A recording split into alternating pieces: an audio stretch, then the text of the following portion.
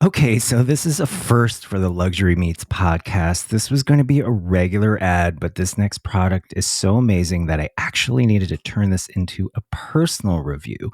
As the host of this podcast and the head of our conference, LMCC, we receive so many products to try, but this was different. The other day, I tasted the Blood Orange Ginger Glow Up THC-infused seltzer from a brand called Happy, and it was absolutely divine. Honestly, if this were just a seltzer, it would have been the best I've ever had, no joke. And that's not even taking into account the THC and lion's mane they include in it as well.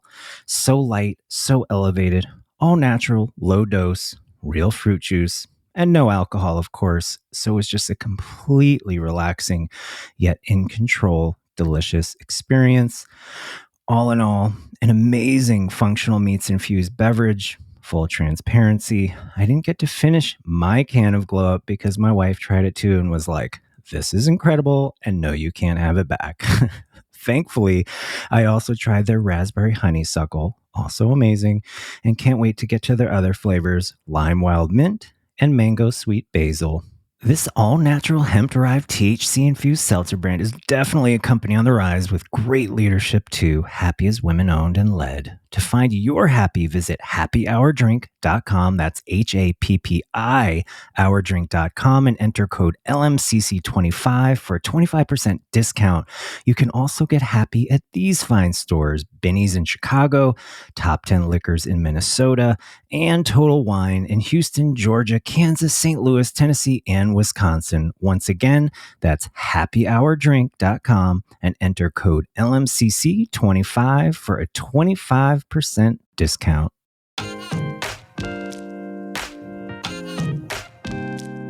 Hi there, welcome to the Luxury Meats podcast, a new kind of business podcast where we take you around the world to interview global leaders and get into their personal stories about chasing excellence across health, wellness, beauty, travel, sport, hospitality, culinary, beverage, retail, cannabis, design, and so much more. I'm your host, Jed Wexler, founder and CEO of LMCC. And now, welcome to the official kickoff to our Luxury Meats Culinary series, featuring a new breed of modern culinary companies leading with wellness, CBD, and even cannabis, and transforming how we all come together in the process. In interview 1, I talked to super chef Greg Bernhardt, head chef of Black Dahlia Botanicals. Greg is responsible for some of LA's most impactful Michelin-rated restaurants. We discuss how burnout and his mental health epiphany while stuck in LA traffic changed everything. You're also going to love his love letter to LA cuisine. In interview 2, I have a fireside chat with Nicola and James Stevenson, co-founders of Oho, a full-fledged luxury lifestyle food and beverage company of the future. I'm thrilled to present episode 7, Luxury Meats Culinary.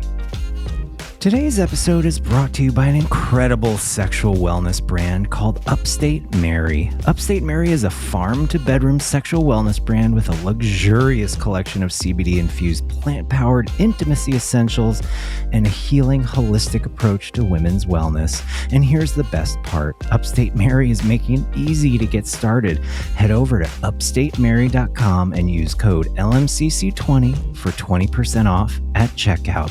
Formulated with organic and plant-based ingredients, their lubricants and suppositories can help address a range of intimate needs, all crafted to intensify sensations, boost blood flow, and ease discomfort, creating a soothing, blissful experience that can take your intimacy to new heights. Upstate Mary is female-grown and women-owned, created by founders with a vision to foster conversations and community around female wellness and intimacy. Beyond pleasure, their mission is about giving back. With every purchase, Upstate Mary donates to the National Breast Cancer Foundation and One Tree Planted. Once again, visit upstatemary.com and use code LMCC20 for 20% off checkout and experience this amazing brand firsthand. I'm thrilled to present episode 7, Luxury Meats Culinary. It is my pleasure to welcome Greg Bernhardt, head chef of Black Dahlia Botanicals, to the Luxury Meats podcast. I've been waiting for this for a while. For over 15 years, Greg was a staple in Los Angeles' bustling culinary scene, a true artist in the kitchen. He's worked alongside some of the greats, including Chef Ludo of Ludo Bites and Trois Mec, which was Michelin rated, Joachim Splichal from Patina, and Neil Fraser. Greg was integral to Los Angeles' second wave culinary and modern fine dining scene. He also showcased his chops on TV when he won Iron Chef. Yes, he did win that. His status grew even more as the opening chef of the now infamous high-end restaurant Church and State in LA's downtown arts district, also Michelin guide. He was also the head chef at Paley on Sunset Boulevard in Hollywood. If that's not enough, he's also the co-founder of Heart, a luxury leather goods supplier for all things chef driven. And this is why we have him here. One day he had the mother of all life-changing aha moments that started him on his own personal and professional wellness journey. Fascinating.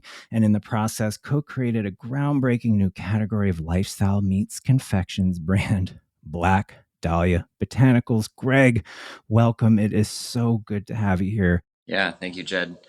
I'm really, really excited to be here. I'm excited to share the story. And, you know, something that's so fascinating about this category, wellness, CBD, cannabis, whatever you want to call it, it's how you got here. You know, you have a very interesting personal aha moment, that life-changing moment that took you really from being a top chef at the forefront of modern fine dining to this luxury CBD wellness confections brand. What was that specific day like? Can you walk me through that? Oh, I'm doing this and I'm doing something different. Yeah, I think it's no secret. It's very well documented how intense and brutal the fine dining chef world can be. And I'd kind of exhausted many different modalities of how to take better care of myself, how to have find some peace in my life. And over the course of trying out different ways of, finding, better mental health in the middle of this tornado of an industry, CBD had come into my life. And so I was like, I've kind of tried so many other things and they just weren't working for me. And I really wasn't ready to go on an SSRI or anything like that. And so I started taking CBD, and I think I got about 2 or 3 weeks into it, and I'd noticed some changes. I was feeling better, and I went off it. I was like, I think that this worked, and I feel better. And I was actually in the car driving, and I was with Gigi, and we got into an argument, and I remember just going from 0 to 100 in a second. Like someone cut me off and it just trickled into the argument. And I had kind of an out of body experience. And I looked at her and I said, is this how I am when I'm not on CBD? Wow. Yeah. And Gigi being your wife, who's also a fashion designer. And if you can go back a bit, what is an SSRI? SSRIs are like things like Zoloft, pharma. Got it. Big pharma. I knew that I needed to approach my mental health in a way that felt more wholesome. And I just wasn't interested in that road. And so, but I had that my aha moment was realizing how intense I am as a person. And, she essentially, relayed to me, she's like, this is how you are 16 hours a day, every day, all day. And I just, from that moment on, I went back on CBD and I haven't gotten off it since. Now, do you think that was a byproduct of this high-powered, top-down, all-in chef culture? I mean, it's, just watching it on shows and Chef's Table and The Bear. I mean, is that just, was it the classic Burnout, and you had the classic LA experience where you have this epiphany on a freeway, of course, yes, stuck in traffic, getting cut off, and then who gives you CBD? Like who, and when was this? Was this 2000? And So yeah, I was still in the throes of fine dining. I was chasing, stars. I was having, I was, it was a point in my life where I knew that I knew I needed to make a change, for the wellness of myself and everyone around me, loved ones. And, yeah, um, it was a lot of my stress, anxiety, all those things. These are byproducts of a really intense and competitive scene, and being on all day long. Even when you're not there, you're on. It's a huge burden. Maybe is not the right word. Mantle. Being a chef, you are a, you're such a central character in so many people's lives. You affect and help and touch and nurture so many people, and it's a very selfless, pursuit. And so you get exhausted, and so there are many trappings that aren't super healthy, um, boil out of that industry. right, and it's like you're a crafts person. You've trained in this craft. You have to be a boss. You're a brand. The financial piece is so intense, and then to have this wake up moment to re-examine your health and wellness, and then it takes you on slowly but surely this new career path. But before we get into that, your current role is head chef of Black Dahlia Botanicals. But before we get into that, let's discuss your journey through fine dining, and in the process, maybe you can give us a little brief history of California cuisine for our listeners, the history lesson and your place in it. Not only as a chef, but a keen cultural historian. There was a first wave of cuisine. There was a second wave, which you were uh, part of. If you could just walk us through that history, which is also fascinating. Yeah, I was actually thinking a lot about this morning. If you look at the dynamic of the food system in America through the 30s, 40s, 50s, it was food really being produced at an industrial scale for a long time. So if you look at a cookbook from, say, the 50s or 60s, it's really common to see something like open a tin of beans. So this entire generation, through kind of austerity in the war, they had the food system had kind of flattened out. And in California, in like the 70s, you see the emergence of these incredible wineries. People like Mondavi, um, opening these beautiful places, they're creating these beautiful wines up in Napa. And so with great wine comes great food. And there was this kind of return to, farm fresh ingredients. If you've heard the term farm to table, that was coined by Alice Waters, Of course. Yep. Famous. up in Berkeley. Chez Panisse. Yep. Who she's probably the reason why really devoted myself to being a chef. But yeah, so you see these amazing chefs start to realize the bounty of California, and this is happening in the 70s and 80s. So this essentially is the first wave where we're finding a lot of influence from French cuisine, landing in California. There are incredible chefs from Europe who come over. There's, for California's part, in that first wave, there's Joachim Spakal, who I worked with for years. There was Wolfgang Puck, maybe the most famous of them all.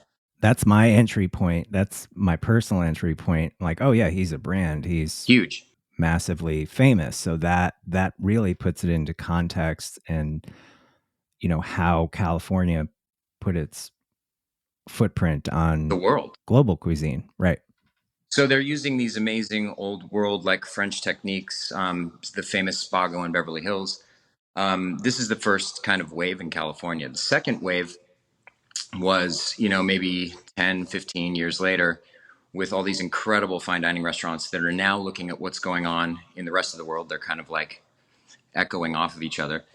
That wave is like Suzanne Goen of Luke. That is like Daniel Patterson up in San Francisco. That's Neil Fraser, the chef that I went to Iron Chef with. David Myers from Sona.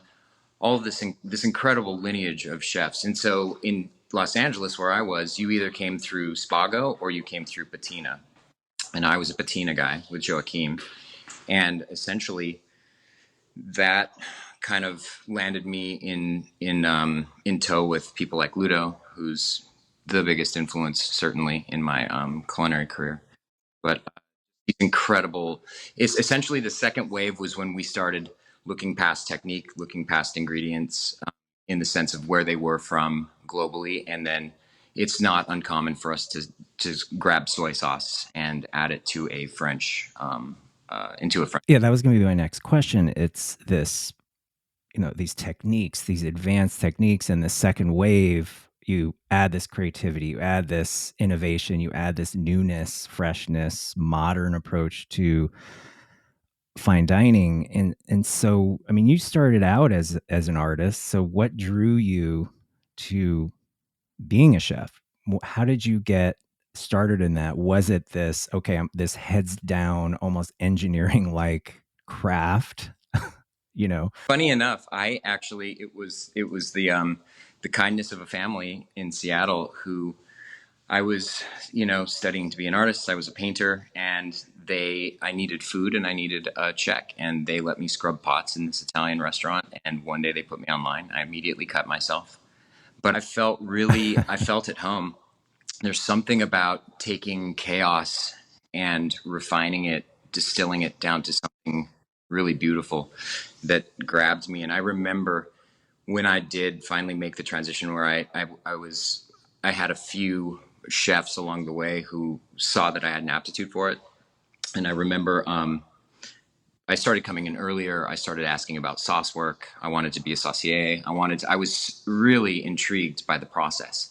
And so I would show up 6 or 8 hours earlier than my shift started, just so that I could work with production, or I could see how the process actually worked. I've always had a bit of a mind for the physical sciences, and so I really, really understood it. It's no different than making a painting or crafting a song or writing a poem or a book.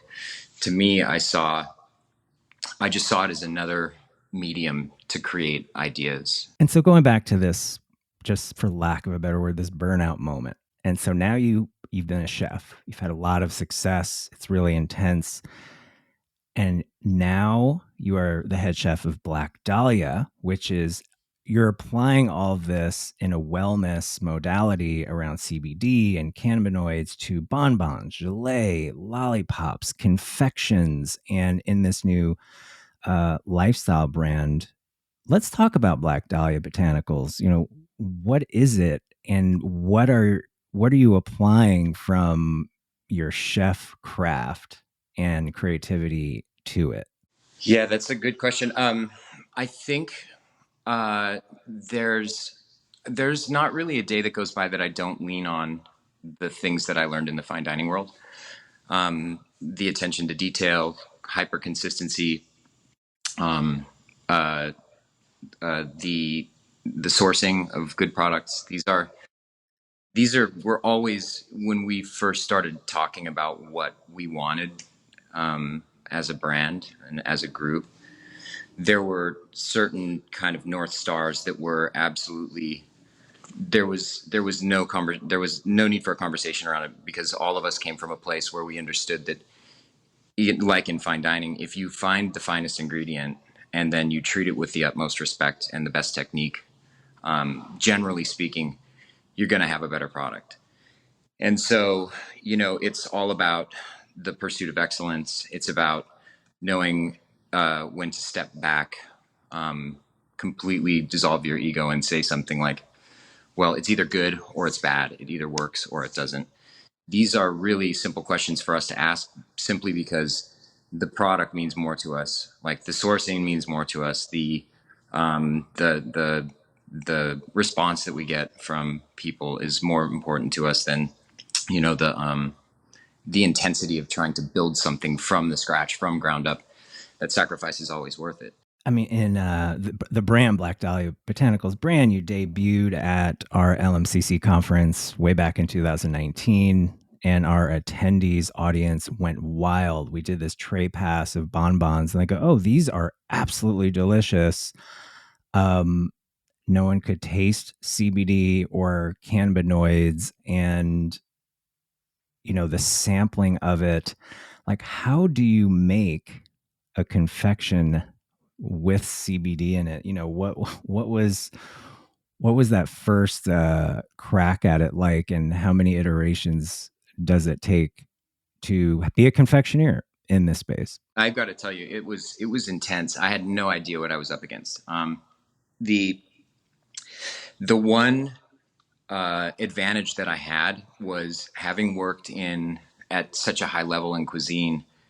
There are these incredible techniques for burying flavors like bitterness or grassiness. And so, if you think of bitter greens like radicchio or treviso, if you burn radicchio and then add a touch of sweetness and a lot of salt and a little bit of fat, it completely steps over the bitter, or I shouldn't say steps over. I would say creates an equilibrium. And so, for instance, that caramel bonbon that debuted in 2019 at LMCC, the one thing that I knew is that if I burnt the caramel inside the chocolate, that it was going to completely omit or create a counterbalance to the bitterness of the CBD. And so these tricks that I learned in fine dining are applied constantly inside the CBD space. Okay, for the uninitiated, and we do have some. What is CBD? People hear so much hype about it. We are talking to you. We are well versed in it, but some people think it gets you high. Some people, skincare beauty community went all in for a while, and now they're coming back to it. What is it, and how do you work with it? Yeah, so CBD are the non-psychoactive compounds that exist in the cannabis plant. And so, for everyone, physiologically is a little bit different. I am probably a poster child for CBD. CBD for me, it works on my control over my emotional response is way better when I'm using CBD. My joints felt like the inflammation in my joints, especially after years of being a chef. My knees, I thought I was going to have one knee replaced. I was really, really terrified of that. CBD has essentially helped lubricate all of my joints. I sleep so well. Uh, I used to have issues with sleeping, and I didn't realize that I hadn't slept in probably 15 years. And the list goes on and on. I don't use THC. It's never really been my thing, but Yeah. I can tell you that CBD completely changed my life in so many levels, like from the most basic thing from sleep all the way up to just how I operate as a person. And so, yeah, I'm not as sciencey as our founder is, but Tell me about your very first CBD confections recipe where you went, I got it. This is it. oh man, this is hilarious. So when we first started, it was the idea was, okay, we're going to develop this vehicle. We're going to build a confections line. And again, I had no idea what I was doing. I knew I have a great grasp of cuisine. I have a pretty good grasp of confections. And I remember we were probably 2 or 3 months into R&D, and we got a call from you. And we were like, hey, there's this opportunity. Maybe we can push it. Sorry, didn't mean to stress you guys out in a delicate product development phase. Oh, man, it was the best thing that happened. So I got back to the team and I said, hey, listen, there's this opportunity to go to LMCC. And the next day I was in the kitchen and we were developing the gelée, and I was using different substrates. And I just had this moment where I realized everything that we'd been working on, chasing this concept for like probably the better part of 2 months. I'm talking about many uh, uh, versions of it over the course of probably 2 or 3 months. And I realized that I didn't want to show up just to show up with a product. And so I called up Daniel, our founder, and I told him I'm throwing everything out and I'm starting over. And after this long pause, I'm so thankful that he believes in me.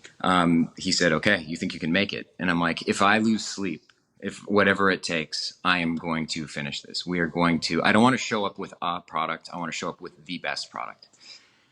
And so I kind of went through the torturous intensity of developing something back from the ground up. Again, hitting a lot of the hallmarks that would become part of who we are as a company, which is we want to be vegan as much as we possibly can. We want to use and source all the best organic ingredients, etc. So it was a moment where it was a defining moment for us as a company. Was that to me, the payoff was way bigger to make the sacrifice to do something that we truly believed in, as opposed to just kind of, these are universal constants at work in this place, and everyone's had a gummy bear. We actually chose to kind of dig in and see if we could get purchase on something that was a little more inside our lofty expectations. Now, is this a wellness brand or a luxury confections and luxury lifestyle brand, or both? I think we're a lifestyle brand. I guess I think we aren't afraid to try things out. We've got the candles, we've got the fragrances. We were talking about maybe introducing a vegan accessories brand or accessories line. I think we have, or I feel very fortunate that we do have the luxury to play at those different angles. If something really intrigues us, we're not afraid to try it. Um, we've been really successful with the confections. We are, very happy with the performance of this particular um, side of the business. But yeah, I would say we're a lifestyle brand, and we are luxury for sure. What is the most popular product? Is it, I know at my, when I have the bonbons, it's just like at a whole other level. But what is the most popular Black Botanicals product that you make? So I would say probably because it's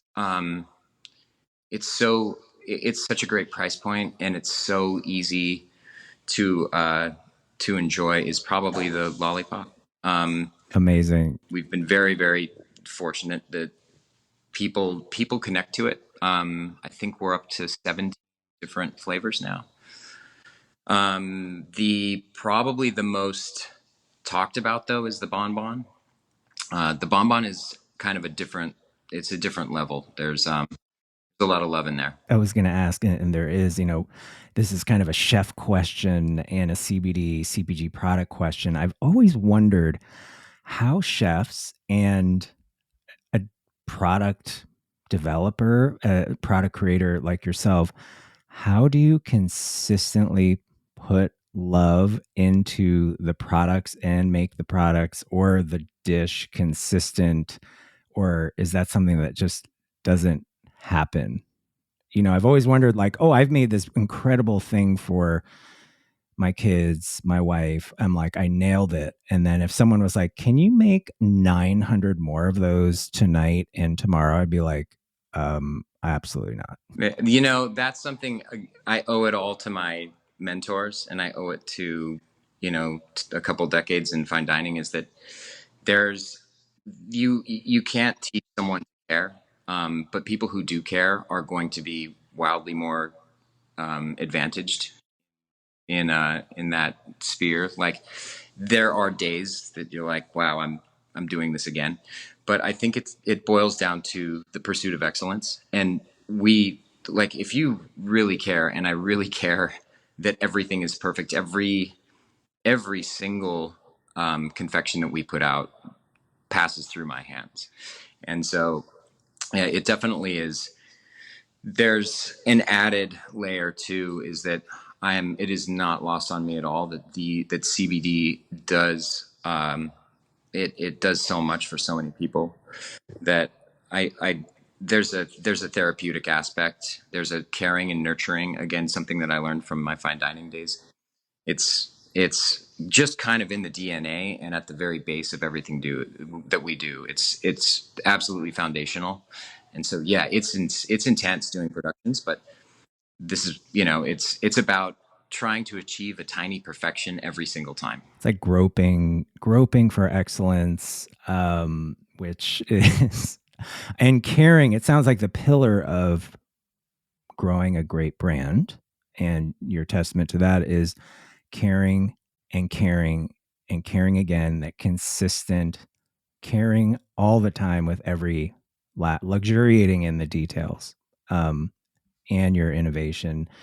And this category, of course, marketing the brand, you're in hundreds of brick and mortar retailers, you have a D2C business. The regulations are uncertain.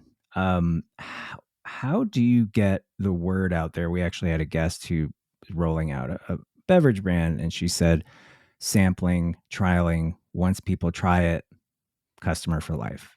And what are your modes of getting the brand or a brand like this out there, and those challenges, especially in this space, and how you overcome those? Yeah, I would say probably I would echo quite a bit of that, from the beverage companies. I feel like we really do exceedingly well when we're face to face with people. It's no surprise to any of us in this market, though, that education and legislation are the two things kind of that go hand in hand with, there. It's really necessary for all of us to make the distinction between CBD and THC.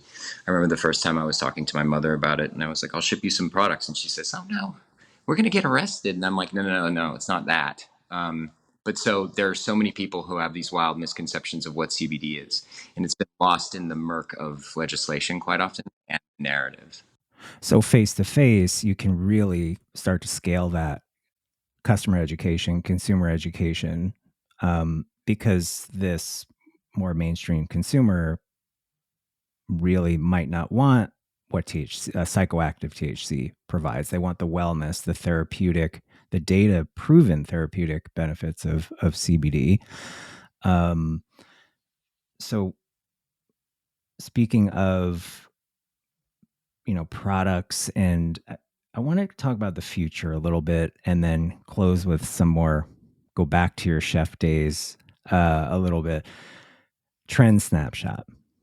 What are you seeing in the category? What do you hope to see in the category, and this culinary meets CBD, or even culinary meets cannabis culture, that is really emerging from where you sit? So I think probably the thing that I'm most excited for all of us about is the beverage stuff. It's really incredible to watch it grow. And what I love about it is that when you are, it's when you're any of my local stores down here, when I walk in and I see a CBD beverage in the cold section, I feel a small win for all of us. I think that it's about bringing awareness to CBD. I think it's about demystifying what the what it actually is, and I think separate us a little bit from the THC market, which I think is an important part. I think that's probably, like, just on a street level, the most exciting thing for me is seeing those things kind of start to proliferate. It's amazing you say that. We also have a beverage superstars episode that people can go back into and get a little primer on the beverage, infused beverage space. Chef's Table. Do you watch it? Do you love it? Are you like, that's absolutely not how it is, or like, I love that person, or that is, what is your take on that? And do you think we're going to see a episode on a CBD chef or like yourself, which I would love to see, or a cannabis. I know I'm conflating the two, but you're part of the same team, but in different leagues, I think. One and because there's such a wellness component and a social connectivity component here, what is your take on that? That's my super basic question about chefs. Yeah, Chef's Table, that's a really addictive sandwich. It's beautiful. I think it's a little fairy tale-ish, if I have to be totally honest. But it's really I when where they really get it right is I think that they're able to translate the intense love that chefs have for their craft, and not a lot of people have the opportunity or the platform to tell those stories. And yeah, my hat's off. It's an incredible show. So is someone anywhere pitching them on a CBD chef, cannabis chef? Is that too soon? No. Netflix, hello, paging someone. Yeah. So now there's so many incredible people working in the industry right now. I think really, really devoted to into the specifically to CBD, and its positive benefits. Yeah, it's a no brainer to me. I could name 4 companies right now, or 4 chefs that are doing absolutely wild stuff. I would love to see an episode. We'll put those chefs in our show notes, and hopefully someone will pick up on it. Going to close with a couple personal questions. When you're at home, what is your absolute favorite thing to prepare that's non CBD? Does your daughter, do they feel just so lucky? Or are you like the cobbler who like gets home and it's like, I can't look at food, I can't make anything, I'm just gonna microwave everything? Is there like a go-to that lights up your wife and daughter? I think we tend to do a lot of one pot stuff, kind of old world cuisine. But I think we have this insane luxury of, I am biased, some of the best restaurants in America, Los Angeles. Los Angeles, yes, incredible scene. I'm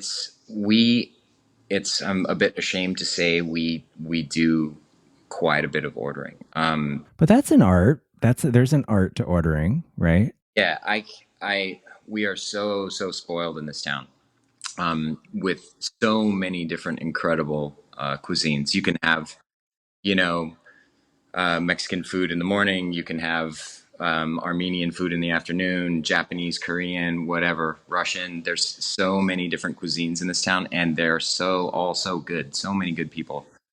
So I'm ashamed, but not ashamed to say, yeah, I do. No, that's a great answer, and I want to. This is a closing question. It's kind of a mini tradition podcast tradition. How do you invite luxury into your life? What does it mean to you? Is it experiences, more free time, travel? Is it products, personal development? What does luxury mean to you, Greg? Wow, that's such a simple question, with such a difficult answer. I don't know. I guess for me, this journey, specifically since I landed in the CBD world, and it was created space for me to, kind of turn down the volume on the fine dining life. I would say anything that has to do with my mental well-being. It's maybe more experiential. I'm not especially driven by brands or by that kind of the retail aspect of, luxury, so much as I'd rather go to the Amman and in Tokyo and stare at the roof of the bar, like, or the Spanish Steps in Rome. For me, that's luxury. I don't need a lot. I just need to feel kind of centered and at peace with myself, and that to me is luxury. That is an absolutely beautiful answer and a great way to close this episode. Greg Bernhardt, head chef of Black Dahlia. Botanicals. Thank you so much for your fascinating founder story and your wisdom. And we look forward to seeing products, Black Dahlia products everywhere in stores and your site. So thank you so much. Thank you, Jed. Before we get to our next interview, Greg and his team from Black Dahlia wanted to give our listeners something really special for Valentine's Day and beyond. Visit blackdahlia.co and check out their chef-made confections, chocolate bonbons, lollipop gelée, candles, and even fragrances.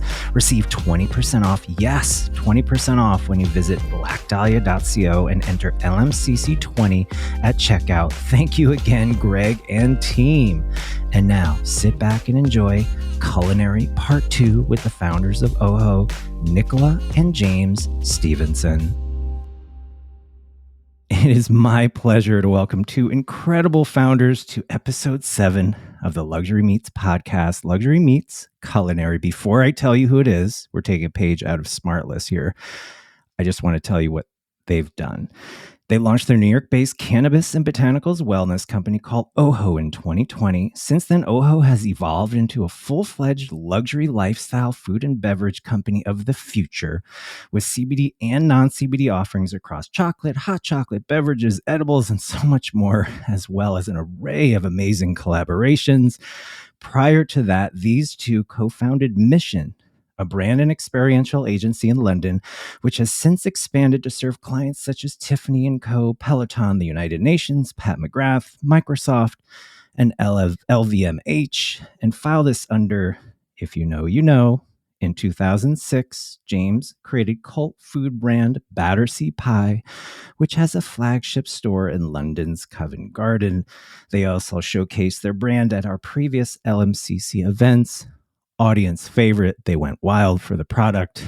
Their mission is to bring plants with benefits to the masses. Please welcome Nicola Stevenson, co-founder of OHO, and James Stevenson, CEO and co-founder of OHO, partners in business and in life. I'm so glad to talk to you both. I've been wanting to do this for a while. Welcome to the podcast. Thank you for having us. Thanks, hey, Jed. So what we like to do here, like how we like to start, is your start. You know, what was that aha moment that resulted in you starting the OHO brand? What was your vision? What compelled you, kind of set you on this path? I see founders always have that moment. So we came to the US in about 2015. Yep. To grow Mission. Up until that point, we only had one large client, but we hadn't scaled the agency at that point. So we moved over in 2015, and I quickly saw how the cannabis kind of sector was kind of going. I think obviously had Colorado just gone rec. And we invested in a friend's brand very early on in California. And it did very well. I wish we'd invested more. But they sold, I think, in 2018, and it kind of really piqued my interest in the industry. And I started seeing CBD products. And of course, I didn't really know what CBD was, because up until this point, you know, it kind of been bred out of strains. So yeah, I started using a few early CBD products. I think actually this was prior to the Farm Bill. And yeah, don't tell anyone it was prior to the Farm Bill. Yes. Obviously. No one's gonna hear this. It's fine. LA. I think we got them in health food stores. Yeah. And they were really expensive. And I started using it, and I started to notice this really marked difference. You know, I use it kind of post workout in the morning, and it would just really kind of quieten my mind. So yeah, we basically spent 2 years kind of researching what we wanted to do, what products. We quickly kind of landed on full spectrum products. I think in the early days we were like, oh, let's move to California and set up a cannabis brand. I'm quite thankful that we didn't really. And we just also realized that with CBD, we could scale the brands in a lot easier way. So we launched in 2020, February 2020. Perfect time to launch a company. Ideal. Pandemic. Or an event for that matter. Yeah. Perfect. Yeah. Super spreader. Yeah. Super spreader launch. Perfect.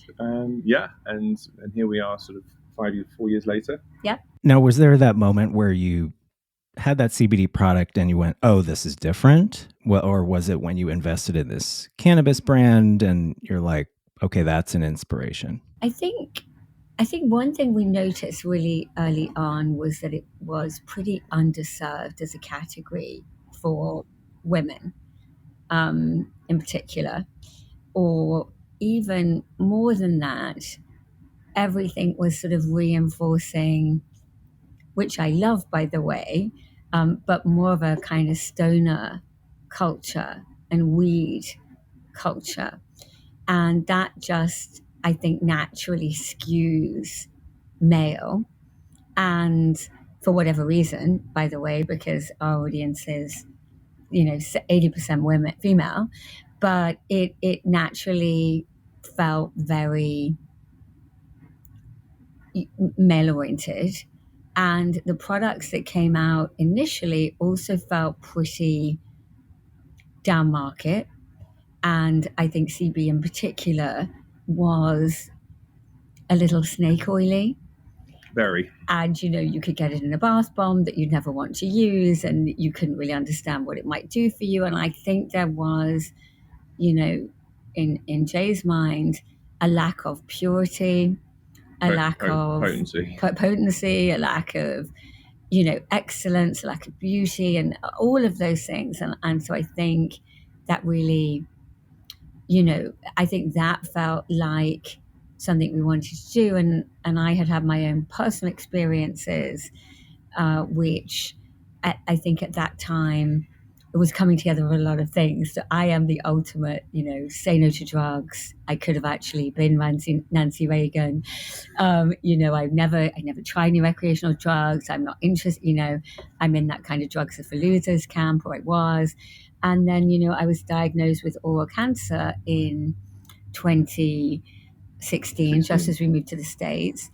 And so this around about the same time when Jay is sort of trying CBD. And I think James had come to America thinking, I'm going to set up a restaurant, another bar, something like that.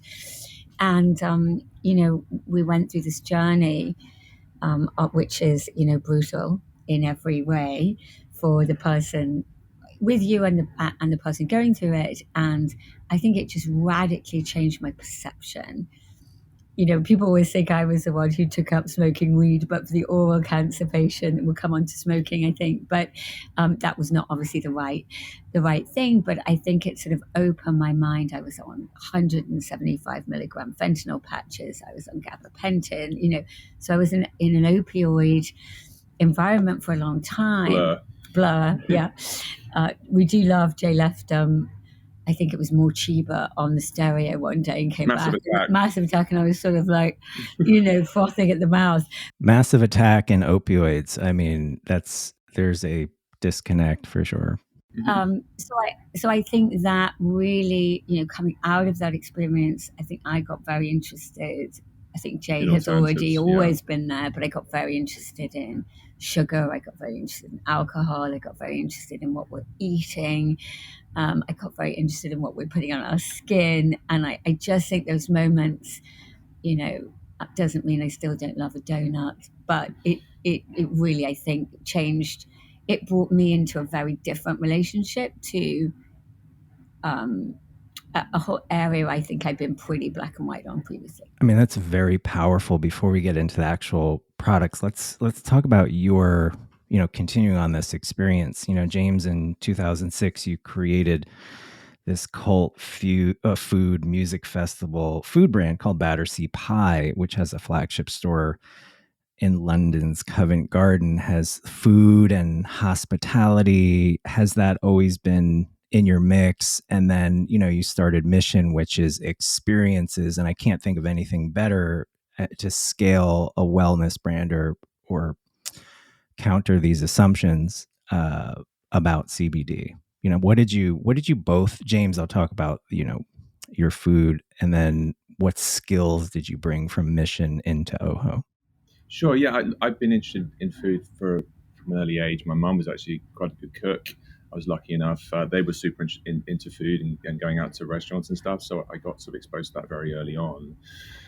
And in terms of Battersea Pie, I was looking to set up my first business, and then I was going to events and music festivals and seeing a very underwhelming array of food at that time. It's all changed now in the UK. I mean, going to Glastonbury is a culinary experience. Is a Michelin experience. Yeah, now it is. Oh, and it's spawned many great food brands. So I kind of saw the opportunity. So then I went out and tried to think about things I could do quite easily on site, because we were doing up to 5,000 or 6,000 portions a weekend. So I had to have something that looks horrifying. So we would literally we put the pies it would be in a huge refrigerated lorry on pallets, and then we would cook them, and that was one of the biggest learnings I could have had in business. Because there is no support, there is no backup. If things break down, no one's coming to help you. It was you had to figure it out. I got very good at fixing things. I think the other thing that for sure. I think the other thing that Batsy Pie did was it was a sort of luxury take on a very traditional working man's food. Like a pie and mash. It's sort of an East End. It's a London staple. It sort of historically has always been a food that for a cheap meal, and usually made with quite poor quality ingredients and in pastries. So meat, mainly meat. There wouldn't be anything else. So we kind of evolved that and upgraded it. And not upgrading it to make it fancy. No. But to make it accessible, and just that little bit. When you came to the pie shop, you got pie and mash on beautiful branded crockery, and everything was marble, and you could get a glass of wine if you wanted, and just those little upgrades. Like thoughtful, considered, not necessarily price point, and which is interesting. You've essentially created a luxury lifestyle brand with Ojo, but it's not necessarily a pin to price point. It's this how considered everything is that you're doing. And to that you have a list of 6 core company values on your site. Here are just a couple that stood out to me. Education over misinformation, which you kind of just touched on. Community over commodity. Can you speak to those two? And it just seems like you've installed this integrity into the company's DNA from the start. Well, I have a great example on commodity, which is sat behind us actually, which I think is just fun to talk about. But we have to look at displays for our product, because we started in COVID, and we, I think, got in this sort of online, not in real life. We were in that for quite a while. And as the company's expanding, we launched into 259 stores in Texas with our drinks recently, which is very exciting. And we are... Congrats. Thank you. And we are in the New York market with our THC, and we're getting some pushback on display. And so, what are we going to use for display? And so we've been looking for display. And of course, in classic Ojo fashion, we can't find anything we like, and it also is really against our values, back to commodity, right? Over things that damage communities are things that you can't dispose of, things that you don't really need, creating more things, having more plastic. And so we found this company called Chairagami, and they're amazing, and they've developed shelving and desks and chairs all out of cardboard, but that's really substantial and meaningful. And they've done projects for Hermes, and they're kind of unbelievable. And this took me about 30 seconds to assemble, and I was reading the instructions upside down.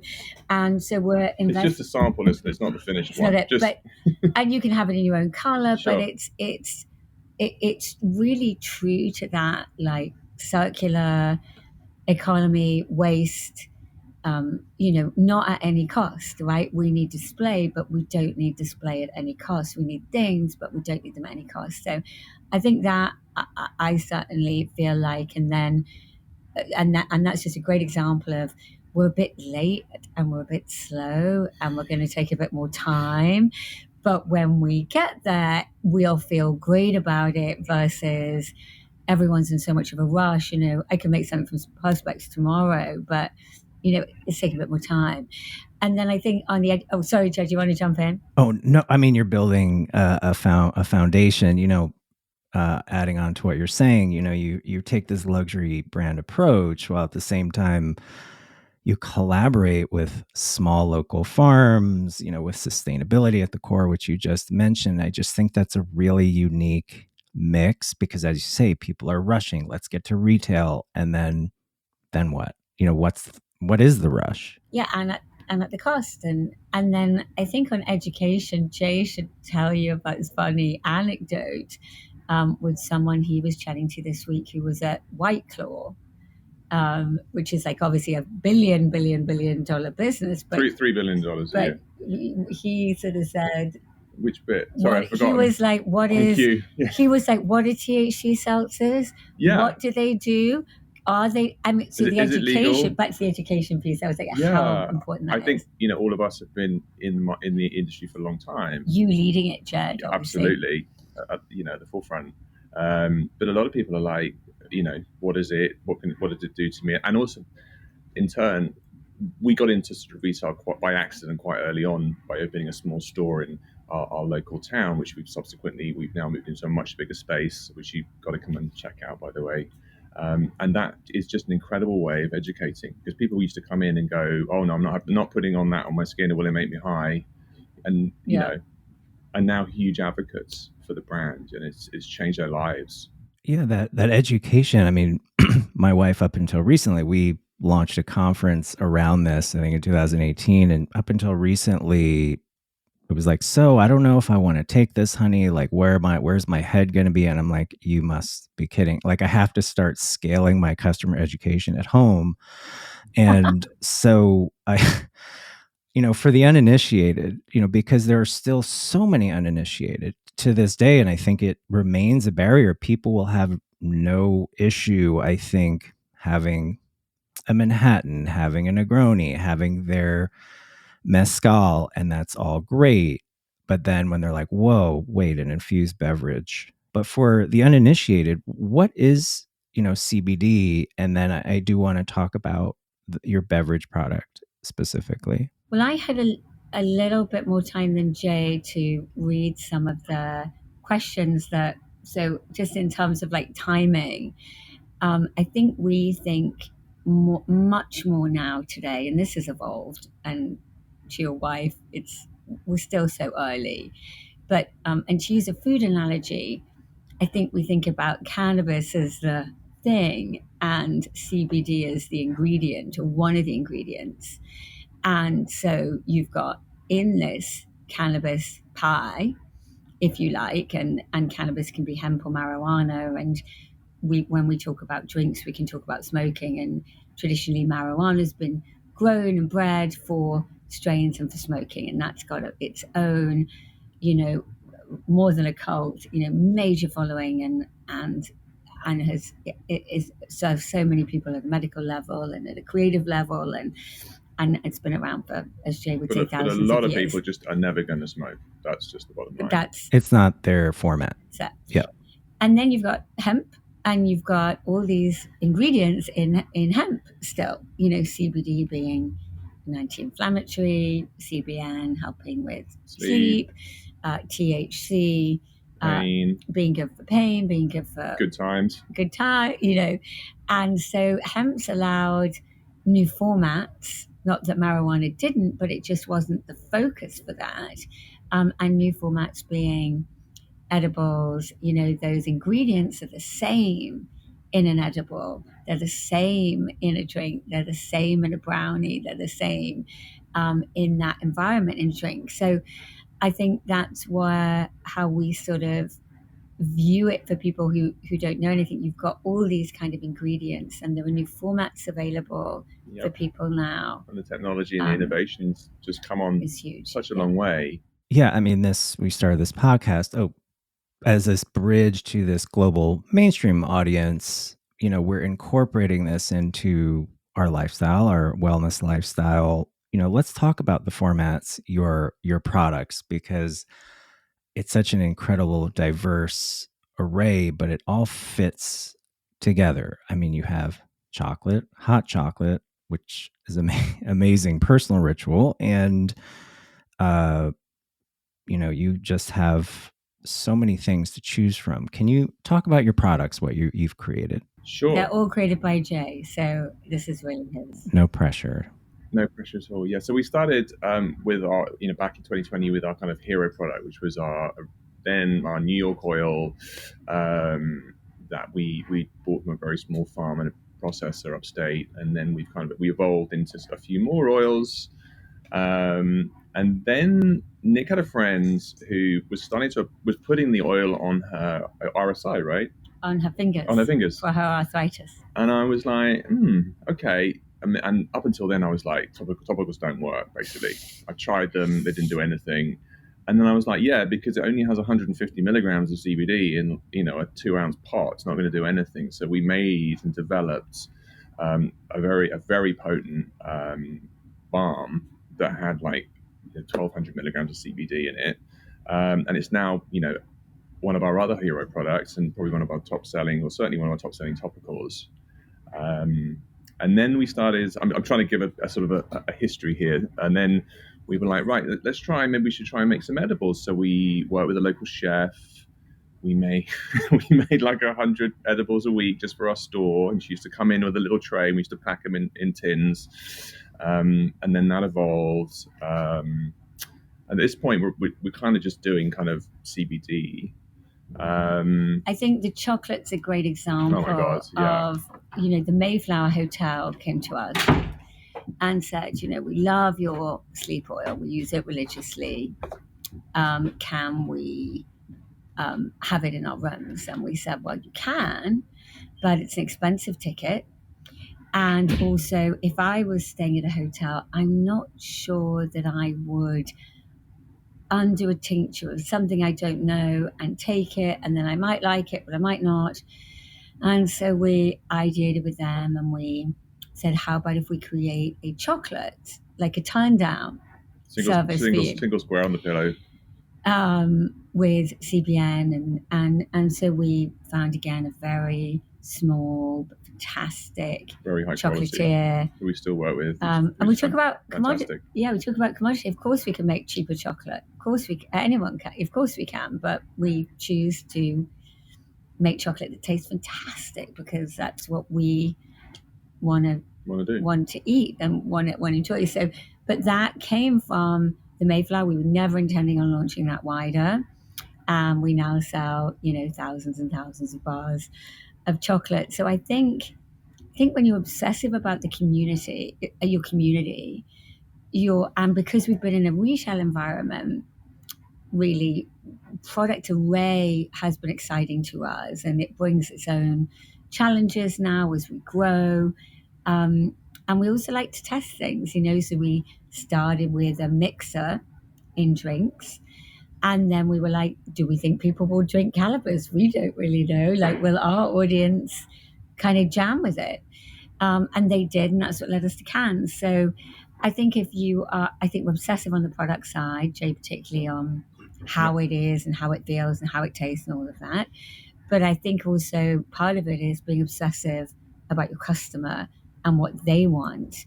And I think, even if I loved cannabis and was going to use it every day, I do love cannabis, I do use it every day, but I'm not taking up smoking to meet that need. And I think there are hundreds of millions of people who are in that same category. They're not going to start smoking to participate in this industry. They're going to need another way in. And I think OHO's been part of that.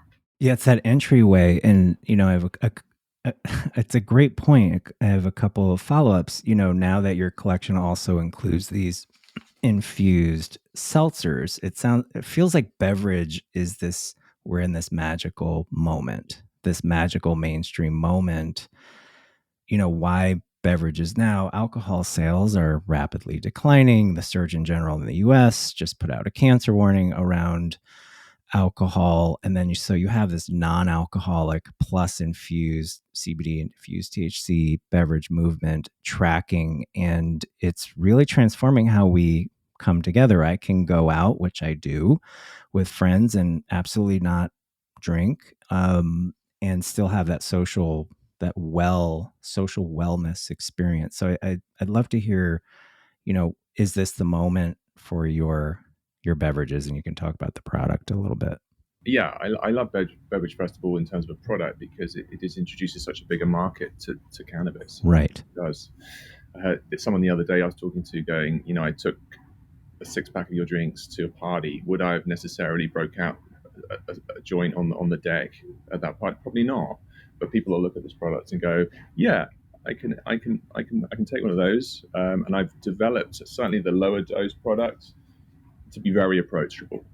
So you've got obviously 3.5 milligrams of THC in there, but there's got a little bit of CBD to kind of be the antagonist and kind of calm things down.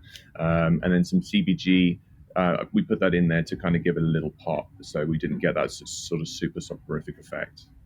And then we wanted to keep the number of ingredients to an absolute minimum. So we worked with the flavor house for a long time to try and, if you look at a lot of products these days, it's just a raft of ingredients, which I was trying to avoid, and just keep it very simple, but very drinkable. Yeah, and I'm sure you've tried lots of products, and notwithstanding everybody, because there are some great products out there, but the majority of it is they are not paying attention to the experience and the taste. And I think if you have to hold your nose to drink it, it's a problem. So I think we've been very focused on that. Yeah. And I think that's also but that doesn't apply to alcohol for some reason. Like, it doesn't matter Right. what it smells like. Yeah. Let's down that. Let's force that down. We'll Right? shoot it. But I think on the alcohol thing, I think we have, I think, quite interesting take on this, which may not be.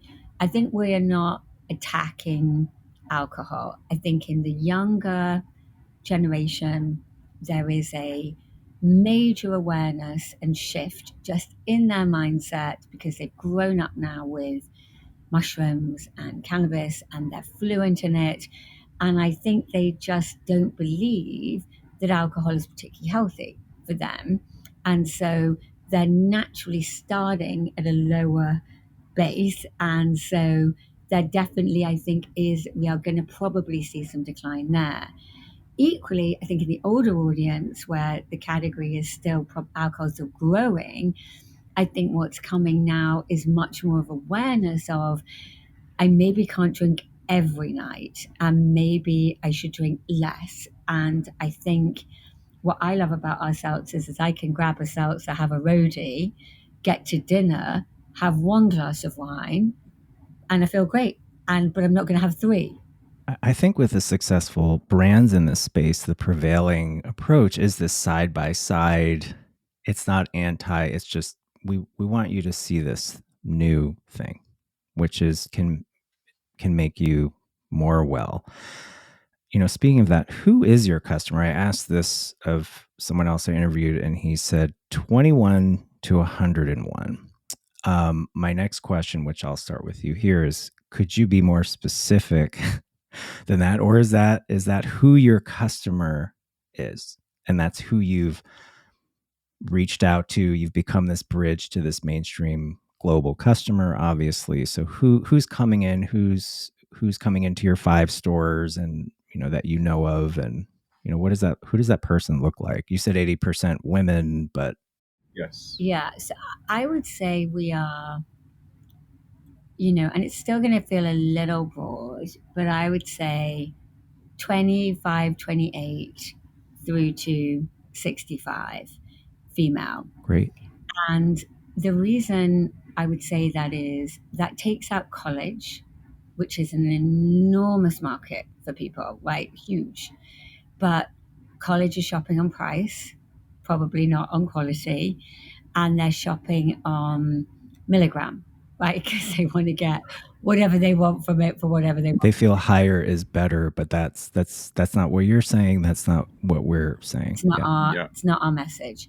So I think then you get to this sort of young professional and females who are so much more likely to recommend products. So from that, taking that late 20s to early 60s, because I think that 50-year-old market is, maybe it's just because we're all rapidly approaching it that we're stretching it, but that market has an amazing ecosystem. So it's a daughter recommending it to their mum buying it, so that kind of family system really works. So if you end up in the fridge at mum's or your own, then you're trying it and then you're kind of having this adoption. And I sent it actually to a young artist the other day who's a guy, requested some product, and he hit me back and said, I'm loving this and my mum is loving this. And so that's sort of, I think we are right in a very focused category. And I think, women do 93% of the grocery shopping today. And if we're talking about beverage, it's grocery, whichever way you look at it. And there's all sorts of other stats I could tell you about why we're focused on them. But that's what we know.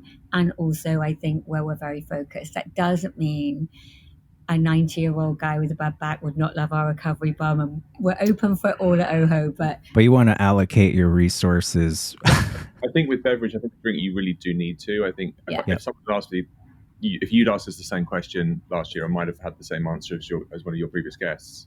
Well, now you have more data. How do you reach this customer? You're known for your experiences, creating experiences around your product. You did that at our event. You do it at retail, and your collaboration. So how have you been able to successfully retain the customer you're talking about, your customer, the OHO customer? Good question. I think part of it is the products are that good. So, and I don't mean that like tooting our own horn. I just think you can do as much marketing as you want. You can have as many parties as you want. But if the product sucks, it's very difficult. You've got to pour so much money at the top. So I think our returning customer rate, we're very fortunate to have a great returning customer rate. And then, we're in startups. So, Jay says 20, but I really feel like it was 21 at first year of the business. Yeah, and probably first year of the business. Our resources are limited. So I think we think about discovery, and we do that through collaborating. And so whether it's the Auberge Group, whether it's Soul Cycle, whether it's other brands, and I think that just feels very intuitive to us. And so it always makes me smile when people send me photographs where then they're out in the wild and they're like, I'm at Wildflower and I'm in the spa.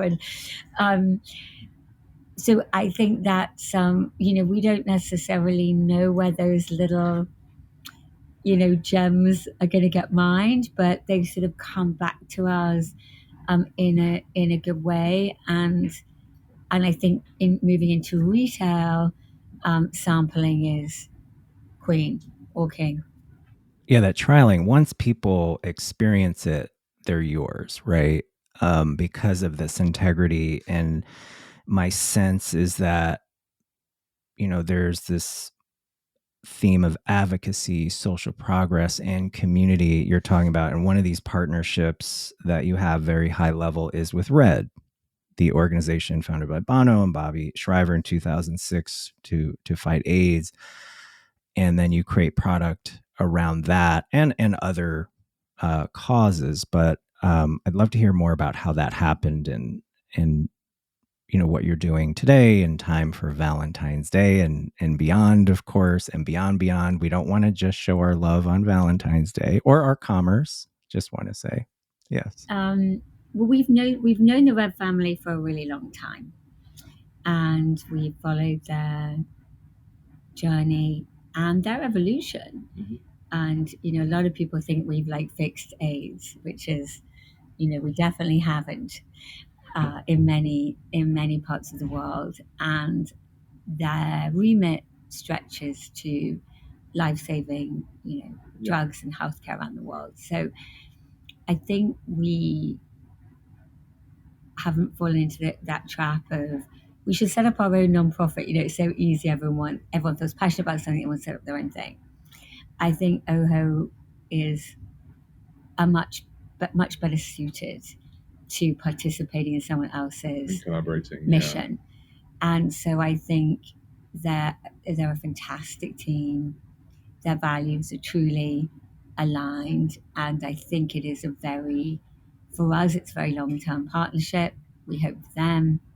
And again, probably how we approach everything at OHO, we're not thinking about it about Valentine's Day, we're thinking about 2026 and how that evolves. And it's allowed us to allow our consumers, without any friction, to participate in feeling good about themselves. You don't need to overly understand it. We're going to make that commitment regardless. I think that's the beauty of Red. Like, obviously, we want people to understand what their mission is and what their work does, but it also provides a great system for us. And on the product side, it allowed for some really great innovation. We had a ton of fun with it. Yeah. Particularly on the chocolate, which we'll show you. We worked with our chocolate manufacturer to come up with a totally red bar. Lovely. Yeah. Yeah, so super cool. So we had a lot of fun. Red. And I love developing products.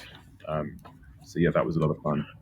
And then I'm also super happy with how the cherry turned out as well. I mean, it shows. Like, this commitment shows. I just have a couple more questions before we wrap up. It's kind of like our trend snapshot. What are you seeing in the market, your category? You know, what are you hoping to see for the future? You've tapped into beverage. Is it more people using your products as personal rituals? Is it more accelerating how people come together? You know, are you seeing any kind of macro trends in the future, or things you want to see that you're not seeing? I think obviously beverage is a huge growth area. I think it'll make up a large percentage of the overall cannabis market, certainly in the next 3 years. So super exciting, and very glad that we got the brand into that. We saw the potential there, but equally, people, you touched on it earlier. A lot of people say, "What, you've got so many products? How are you going to scale that?" But the bottom line is we do like to innovate, and we do like to make great products and meet people and with products that they want to use and enjoy and help them with their lives. So it's super important. I think for cannabis people listening, the cannabis industry is struggling to reconcile with hemp and marijuana and where everything sits. I think at a macro level, what we hope is for harmony in that environment. We're in it all, so we see it from both sides. I think we would love to see a world where you're trusted as an adult to buy a 5 milligram product pretty much anywhere you can get a high noon. And we agree with everybody on gas stations and 100 milligram gummies, and like we are, but I think there's a world for, and I don't think what's happened in California to the CBD consumer is fair or correct. And whilst I understand the intention, I think it's taking us backwards. It's rushed and ill thought out, and a knee-jerk reaction. Yeah. And so I think that's important. And I think on a macro level, and I think that dispensaries should be thinking about where they can innovate. And I think that is a model that is in this kind of cookie cutter rollout right now. And I don't know that it's always where people want to spend time. And, some friends of ours just opened a fantastic dispensary in Beacon called The Station. And I think they're a great example of, and there are people who are doing it beautifully, but sure. I think that's a great example where there's a lot of thought. The products are very thought through. How they're displayed is really well thought through. And I think that dispensaries can build environment. I think that market, is going to grow enormously in the coming years. I think it's projected to continue. But I think there needs to be more innovation there. Yeah. Will we ever see traditional retail, dispensary retail, join into one unified lifestyle retail phenomenon? Are we like a decade plus away from that, because I think I speak for some of our colleagues. We love retail. I'd love to go where I can get my skincare, I can get some fashion, and I can, get some beverage and seltzer like everywhere else, and it not have it be this separate experience where I'm, going in. I think this for sure. I think this, and that's what I mean about that low dose. I think beverage, and I think that low, I think once people get their heads around it, I think that low, safe, low, accessible. No, that's a great answer. So we have a closing question on the Luxury Meats podcast. It's kind of a mini tradition. It might be a little personal, but how do you both invite luxury into your life? What does it mean to you? Is it experiences? Is it more free time? Doesn't have to be material, of course. But it can be products you love. How do you do that? At the moment, probably not many holidays. This is just like full time. So it's like little snippets. I think products is a great example. So Jay has been using my face cream that he bought me for Christmas. La Prairie, I'll tell you what, it's life changing. I don't know if you've tried that stuff, but it's good. Tell me more. So we have skincare. I'm sensing a little more free time, a tiny bit, or you're not a free time person if you're not producing. It's like, no, thank you. Yeah. We have two teenage boys who are 16 and 17, and I think real luxury for me right now is when we are able to spend some unconditional time with them. And that means that I've had to take up mountain biking that I am terrible at. But no, you're great. Okay. So we took a trip. So I think with them in this moment where they are doing things with them that they want to do. So that's not a vacation like we would want to do, but doing things that they want to do. Is a real luxury to be able to do that, and having those things. Weirdly, for me personally, less about stuff. I just feel like I just have less desire for things. More and more, might be my age. Going to the River Cafe in London, that would be a luxury. Sounds amazing. Well, I want to thank you, Nicola Stevenson and James Stevenson, for being on the podcast. It's been a lovely conversation. We cannot try to see all of your products, especially the new beverage out in the wild. And thank you so much for joining us and joining me. Thank you so much. Thanks, Jed. Great to see you. Thank you once again to Chef Greg Bernhardt from Black Dahlia Botanicals, as well as Nicola and James Stevenson from Oho. I highly recommend you follow them all on social. And of course, head over to their websites for some serious Valentine's Day and everyday deliciousness. blackdahlia.co and Oho, weareoho.com. That's weareohho.com. You will love it. And a very special thank you to these amazing independent founder-led wellness brands for supporting the podcast. There's also a great discount code for each of them too. First off, Happy, this amazing all-natural hemp-derived THC-infused seltzer brand. To find your Happy, visit happyhourdrink.com. That's HAPPI, hourdrink.com, and enter code LMCC25 for a 25% discount. You can also get Happy at these fine stores: Binny's in Chicago, Top 10 Liquors in Minnesota, and Total Wine in Houston, Georgia, Kansas, St. Louis, Tennessee, and Wisconsin. Once again, that's happyhourdrink.com and enter code LMCC25 for 25% off. And Upstate Mary, a great sexual wellness brand with a luxurious collection of CBD-infused plant-powered intimacy essentials. Visit upstatemary.com and use code LMCC20 for 20% off at checkout. And finally, Black Dahlia Botanicals. Visit blackdahlia.co to experience their chef-made confections, chocolate bonbons, lollipops, gelée, candles, and even fragrances.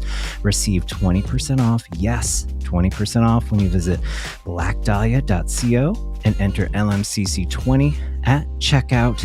And stay tuned for our next bunch of episodes: Luxury Meets Retail Leaders, the rise of social wellness spaces, our love letter to Los Angeles, sexual wellness, and beverage superstars part 2, and so many more. To sponsor this podcast, email us at sponsor@lmccshow.com. In the meantime, you can also visit lmccshow.com to add yourself to the global waitlist for one of our award-winning, invite-only, in-person events. Thanks again, and see you next time.